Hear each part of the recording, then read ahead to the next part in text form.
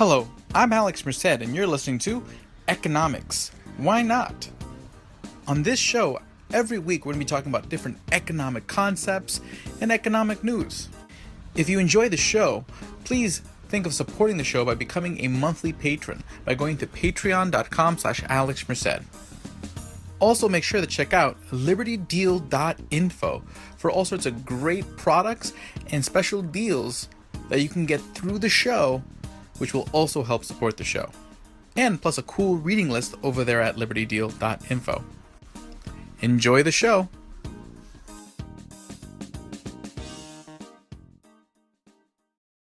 Hey everybody, welcome to the first episode of Economics. Why not? With me, Alex Merced from alexmerced.com. Now on this show every week we're going to talk about economics. These first few episodes, basically what we're going to do is just kind of get started with brief lessons on economics in case some of you new listeners are people who are new to economics. And then as the episodes go on, we'll get into sort of economics applied to current events, etc., etc., etc. So as a first episode, talking about what is economics. Now, there's a lot of ways of looking at economics. Now, one of my favorite ways of looking at economics is sort of the Ludwig von Mises approach, where basically you're looking at it as a study of human action. Because at the end, that idea is that all of our exchanges of goods and services come down to individuals who are acting. Okay? So basically everything is sort of a means to an end. And from that, we can kind of derive a lot of cool things and a lot of cool understandings of everything that happens. So generally when you're taking this approach, there's the whole idea of subjective value, where basically everything is worth what you think it's worth. Not everything is worth the same thing to everybody. That's why there is exchange. Because I have something that you may think is worth more than I think it's worth, and you may have something I think is worth more than what you think it's worth, so we decide to exchange, and then we both have something we think is more valuable. So value is created. We're both better off than we were before. At least we entered the transaction thinking we'd be better off than we were before. So at least at the moment of the transaction, your subjective value of what the other person's going to give you for what you give them is greater. And when you think about it that way, then you can take a look at people's behavior and the different kind of exchanges they enter to be able to tell, what do people value? What do people care about? People do what they value. So if someone says they like cheesecake, but then you put a cheesecake and an apple cake in front of them, and they end up choosing the apple cake, well then what does that tell us? That they actually truly really value the apple cake. So the choices we make, the actions we take, help us display our actual preferences, our actual values. And with that, we can start understanding economic phenomena. Okay, so that's sort of the basic underlying idea. So basically, when you're studying economics, you're trying to understand incentives. You're trying to understand what people's values are, what affects people's values, because it's those things that are going to affect the choices people make. And the choices people make are going to have an impact on how people get stuff. People get the services, the goods they need, how the amount of stuff in the world gets distributed. And the idea is we always want to figure out how to distribute things in the best way possible.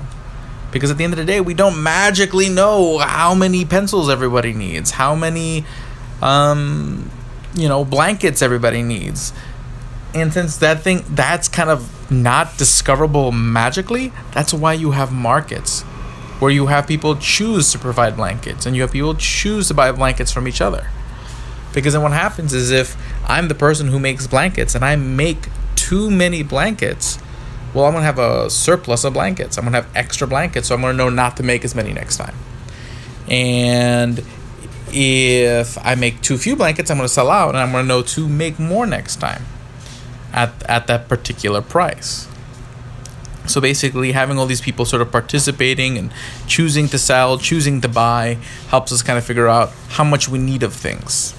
This is why when people try to do it all in one place, kind of like when you've seen in communism, where you have sort of one authority choosing how many blankets gets made and how many of this gets made, sometimes not enough or sometimes too much of things get made, and then you have situations where people starve because not enough food was farmed or stored, and then People have a huge surplus of this random tool because we thought people needed it more than they did. But markets help us discover how those resources are best allocated. And again, markets are just individuals choosing to exchange with others based on their subjective values. So economics is about just studying all that phenomena and how it all fits together. But one thing that really helps in measuring all that is money. And all money is just sort of a way to keep track of value. There's 3 characteristics of money that make it money. One, it's a medium of exchange. So without money, what you have to do is barter, which means if I have a sheep and I want a goat, I need to find someone who owns a goat but wants a sheep. So I have to go from place to place looking for a goat-owning sheep wanter because I'm a goat-wanting sheep owner. That can be kind of difficult to find that specific other person. But with money, I can sell my sheep for a price and then use that money to buy a goat from somebody else. So in that case, I don't need to just find one perfect person to exchange with. I can turn my sheep to its value in money and then find somebody else who basically I can get a goat from. Okay, so it allows us to kind of exchange more freely, because worst comes to worst, if somebody wants what I have but they don't have what I want, I take the money and I can get what I want from somebody else. Makes it a lot easier. It's a store of value. So back in barter, let's say you bartered in fruit. So basically your job was to pick bananas all day. Problem is, bananas don't last very long. So if you pick bananas all day and you don't sell those bananas, or you don't find someone to trade those bananas with before they spoil, well, the fruits of your labor are gone. You have nothing to show for all the work you did. But if I can find someone who will pay me money for those bananas and sell them to somebody else and find who wants those bananas, well, now I have money, and money doesn't spoil. Money doesn't spoil. So in that case, I have that value of my day's labor that I can use perpetually. And then 3 is just a measure of value. Because of this, we can kind of make comparative comparisons as far as what people value. Okay, so for example, going back to that whole apple versus cheesecake deal, I can sit there and say, okay, the price of the cheesecake is $10, the price of the apple cake is $10, and see which one you choose. And then if you choose the apple cake, I can say, okay, you value the apple cake more than the cheesecake. Then what I can do is I can raise the price of the apple cake to $11. And if you choose not to buy the cake now, so the choice is buy the apple cake or not buy the apple cake, and you choose not to buy the apple cake for $11, well, now what do I know? I know you value that apple cake at $10. Okay, so it just allows me to kind of make those kind of valuations and run experiments to measure what people care about and get a better idea of understanding behavior and whatnot. Now, at the end of the day, behavior is constantly changing. People at different times in different places have different values, which is shaped by their culture, shaped by their experiences, shaped about all the different factors around them, and just sort of their own natural biological biases that we all born with. So there's a variety of different things that affect our values, but understanding that and kind of understanding, well, if you have this sort of a set of values and you kind of look at things different ways, we can start becoming more predictive about how people are going to behave.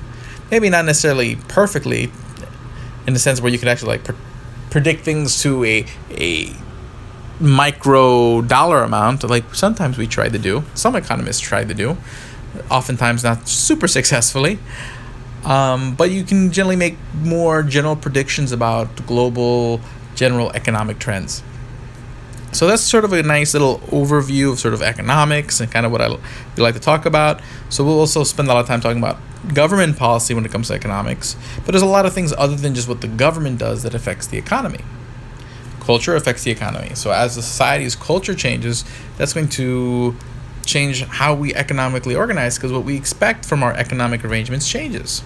Technology changes the economy, because then that changes how we expect goods and services to be delivered, the values for them to produce, etc. The way we run our organizations, you can have two companies that both produce blankets, but the way they organize themselves, as far as who's in charge, who's not in charge, who makes what decisions, can have very different outcomes for which one's more successful than the other, and which one's more efficient than the other. And then just sort of the unspoken rules or institutions within society that we all kind of just know are there, we kind of operate by. But no, it's not etched into anywhere. Think of like tipping, okay? Nowhere does it say you must tip. It's not illegal or illegal to tip or not tip. But if you live in the U.S., it's sort of an expectation that with anything, you go to a restaurant, you tip your waiter and you tip them a little bit more if they do a good job, a little bit less if they do a bad job. While if you go to other countries where tipping is not a thing, it's just not expected. But if you and what happens is that sometimes tourists from countries that don't tip go to a country that does tip, and then what happens is that they kind of create these interesting economic events because the waiter's now upset that they didn't get tipped when the person didn't realize they did anything wrong, because it's just not what they expect.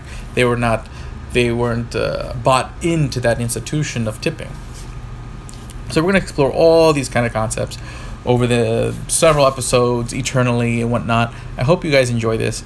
And again, if there's any specific topic you guys would like me to specifically talk about, you can shoot me an email at alexmerced@alexmerced.com.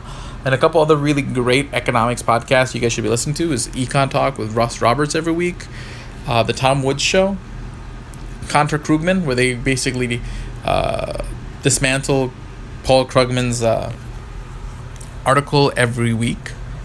There's NPR Planet Money.